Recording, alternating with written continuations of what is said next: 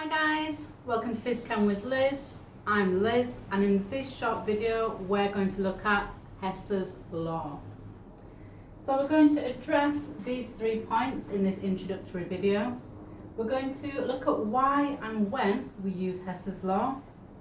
We're going to look at what Hess's Law actually is, what does it state, and we're going to look at the 2 main types of Hess cycle that you'll come across in AS chemistry or the first year of your science course.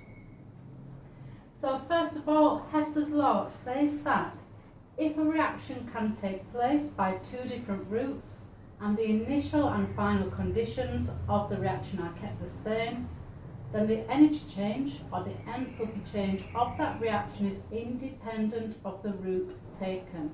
So in other words, the energy change is the same for route 1 as it is for route 2. And we'll look more at that in a later video when we apply Hess's Law. So if Hess's Law is a way of finding an enthalpy change, why don't we just use the other methods of finding enthalpy change? So you might have already looked at ways of finding an enthalpy change directly, that means by experiment, using the equation Q equals mc delta T, where you took some temperature readings and popped your temperature change into that equation and then found enthalpy by doing Q divided by moles. So we use Hess's Law when we cannot find an enthalpy change directly by experiment. This could be due to a few reasons. So the reaction could be dangerous, it could be explosive, for example, or it might be that if you're wanting to react carbon and hydrogen to produce a specific hydrocarbon product, you won't be able to do that successfully in the lab, because when you combine carbon and hydrogen, you will produce lots of different hydrocarbons. So lots of different hydrocarbons with different chain lengths. And any enthalpy change that you calculate from that reaction in the lab will be inaccurate because it won't be for the specific reaction you want. So in a nutshell, we use Hess's Law when, for whatever reason, we cannot find an enthalpy change by experiment. So it's a way of determining an enthalpy change indirectly. So the next thing we're going to look at is Hess cycles. So the last bit of this introductory video, I'm going to show you the 2 types of cycle that you will come across.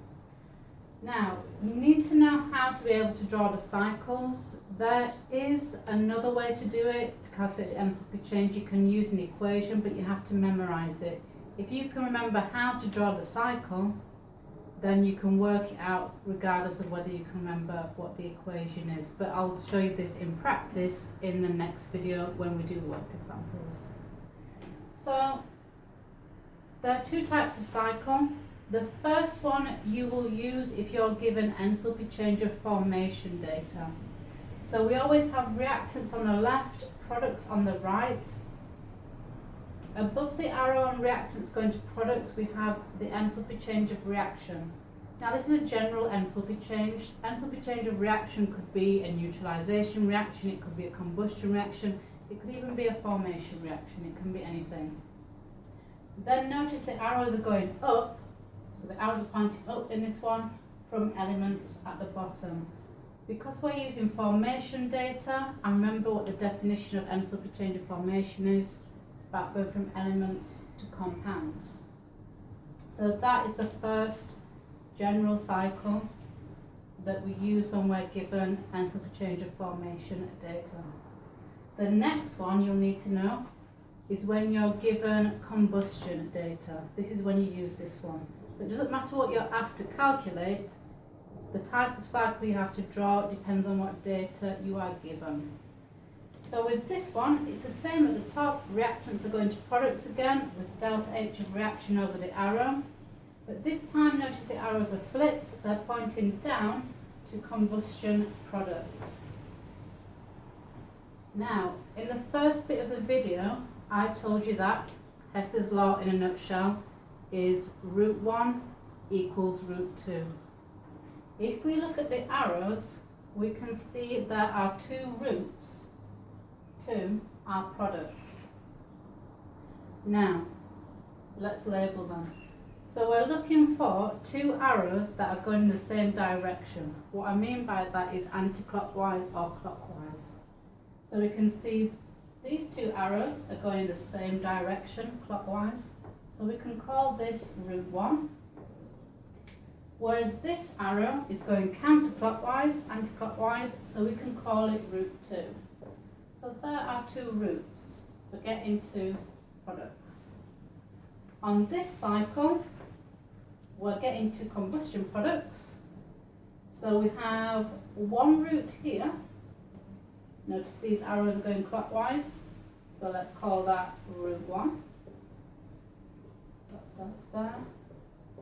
And we've got another route where the arrow is going anti-clockwise, and that is our route 2. So that is the end of this introductory video. In the next video, I'll show you how we put all this into practice, and then it will make a lot more sense. Thanks for watching. If this was helpful, please like and subscribe.